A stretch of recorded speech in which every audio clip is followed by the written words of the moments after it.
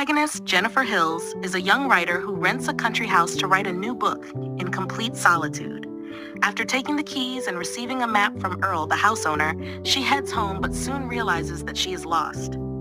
She stops at a gas station to refill her tank. There, she meets three guys, Johnny, Andy, and Stanley. One of the gas station attendants shows her the right way and decides to flirt a little with her, but his attempt is unsuccessful.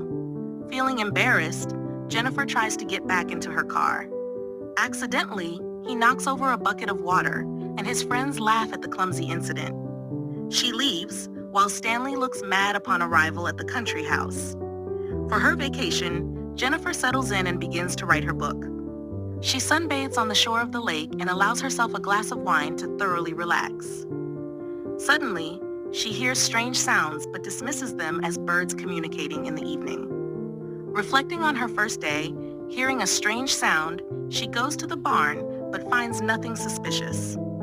After accidentally knocking over a glass of wine, she goes into the house to clean up. Unaware that someone is spying on her and filming her with a camera, the next morning, Jennifer goes for a run and stumbles upon an old, abandoned house in the forest.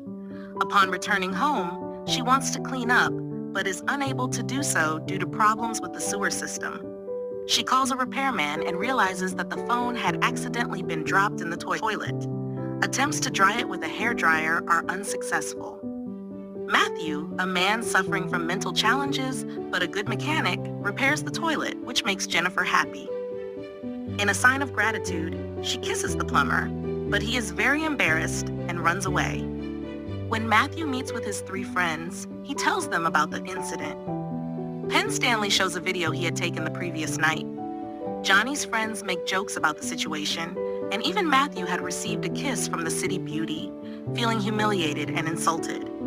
Johnny decides to assert himself and take revenge on the girl. That evening, Jennifer wants to relax a little and smoke. Waking up in the middle of the night, she hears strange sounds and goes outside to investigate on the porch. She finds a dead bird and notices an open door in the barn. A few minutes later, Jennifer returns to the house and sees on her laptop a photo of criminals breaking into her house. She tells them to leave her house right now, but a man insults and humiliates her by forcing her to drink vodka. Johnny then makes her put the barrel of a revolver in her mouth. In a moment of opportunity, the girl manages to grab the bottle and strike the assailant with it, and she runs from there, able to escape into the forest. The girl encounters the local sheriff and his friend Earl, the landlord. She tells everything to the sheriff, and the policeman decides to accompany Jennifer back to her house. Upon arriving at the crime scene, the sheriff inspects the housing and finds nothing suspicious. No one is there, just an empty bottle of vodka and weed, leading him to conclude that Jennifer had fabricated the story. As a result of alcohol and drug intoxication, the sheriff decides to search the girl, and at that moment, he begins to touch her. A few minutes later, Johnny and his friends return to the house, finding out that the sheriff had no intention of looking for criminals because he's with them. The man proves to be even more cruel and begins to mock Jennifer, threatening her with a shotgun. Although the writer manages to hit the sheriff, it does not help her. Johnny, using the situation to his advantage, forces his companion to take the girl by force, threatening to kill her. Otherwise, the mentally ill forcefully committed Hayden's crime, and Stanley was recording everything on camera. After that, she gets up and walks out, traumatized. The group continues to pursue her, and they catch up with Jennifer in the forest.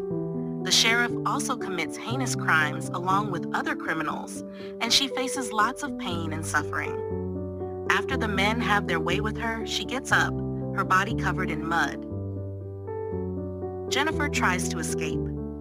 The sheriff decides to finish off the girl by shooting her with a shotgun, but she jumps from the bridge into the river. The men wait for several minutes, but her body never surfaces. Realizing that the girl needs to be found, the sheriff orders his accomplices to inspect the lake for the body.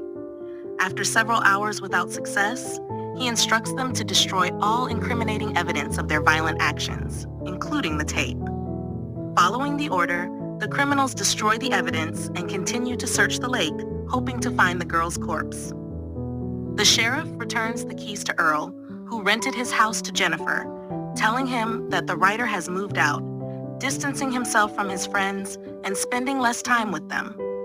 Matthew feels guilty about Jennifer's death.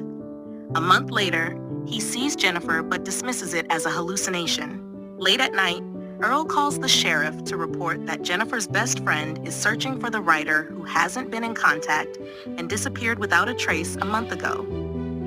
The next morning, Stanley tells his friends that the camera was stolen, along with a tape containing the crime recording committed by them. In a fit of rage, Johnny beats Stanley that night.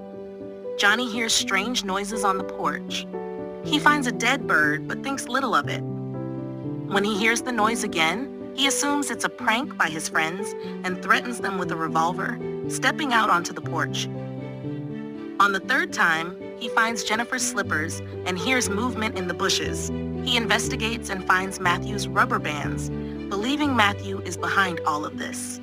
The following day, the sheriff negotiates at home and discovers that someone has delivered a set with video evidence. Trying to figure out what's happening, everyone gathers near Johnny's house, and during the conversation, all suspicions fall on Matthew. Because he is missing, the sheriff realizes that they need to destroy the evidence and the witnesses. The sheriff and Earl venture to the forest to hunt. The sheriff shoots the old man as an unnecessary witness. Here, Matthew hears a sound coming from the house. He checks everywhere and accidentally falls from the stairs. Jennifer is sitting in front of him, having survived. She lures him into a trap. Matthew asks for forgiveness, but she strangles him with a rope. Stanley and Andy were trying to find Matthew, hearing the familiar melody of a harmonica. They run to an abandoned house. While one of them goes outside, he notices Jennifer. Stanley, who had filmed the abuse, decides to attack her but falls into a trap. He hears his friends cry and rushes to his aid, but also falls into a trap. Jennifer hits him on the head with a baseball bat, ties Stanley to the tree, and forces him to eat a rat so that he would understand what it meant to survive in the forest. Stanley, who liked to spy, has his eyelid pierced by Jennifer with fishhooks, and she ties the line to nails, continuing her vengeance. Jennifer cuts up a fish and smeared the guy's face within a few minutes. Later, crows were attracted by the smell and pecked out Stanley's eyes, after which he died upon returning to the abandoned house.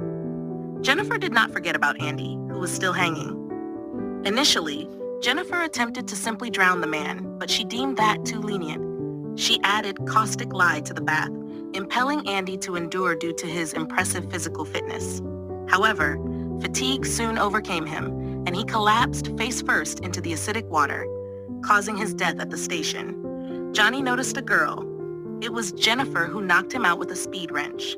Upon waking, Johnny realized he was bound and immobile Jennifer, treating him like an animal, realizing that he was beyond redemption. Jennifer cuts his small pistol with a garden. Cheers, the severe blood loss and shock led to Johnny's painful death later at the sheriff's house. Jennifer introduced herself as the new teacher of the sheriff's daughter. The sheriff's wife called him when he heard Jennifer's voice. The sheriff rushed home but did not find his daughter there, as Jennifer had taken her to the park for a walk. The sheriff searched the park to find his daughter but failed. When he returned to his car, he found Jennifer waiting for him in the back seat, and she smacked him later.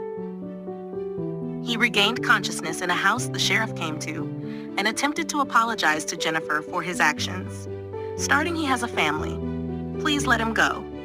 But Jennifer dismissed his apologies and excuses, mocking the captive man as she forced the barrel of a shotgun deeper into his back. After a few minutes, she decided it was time to end. She left the gun lodged in the sheriff's back.